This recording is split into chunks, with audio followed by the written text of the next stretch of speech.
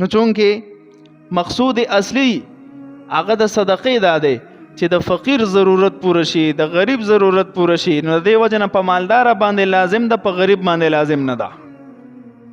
کو په غریب هم لازم کنو بیا خو د صدقې مقصد فوت شو. نو علما فرمایي د سحر مونځ د اختر په ورځ باندې د سحر دا وخت چې څه ټایم شروع کیږي، دغه وخت کې څوک موجود وي په د باندې سرسایه واجب ده چې صاحب نصاب وي.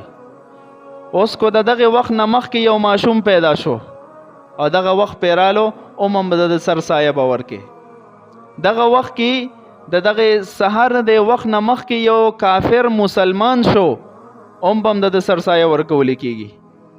د دې الټ جانب راواله یو سړی دی مسلمان دی خو چې دغه وخت راتلو د اختر د ورځې د سحر د طلوع کېدو ټایم او د دې وخت نه مخکې دا وفات شو، د باندې خو د وجوب وخت رانلو، د باندې سرسایه هم نشته. نو دغه وخت ضروری دی، وجوب دغه وخت نه راځي. که یو انسان مخکې ورکوي نو هم افضل ده او جایز ده. یا یو انسان فقیر دی خو دغه ورځ باندې او په دغه ټایم کې دله ډیر شی مال رالو، مالدار شو. نو چې مالدار شو نو هم په د باندې سرسایه واجب وه. غریب باندې سرسایه واجب نه ده، خو هغه انسان ورکوي نو بهتره خبره ده د روزو پاکوالی ورسره راځي.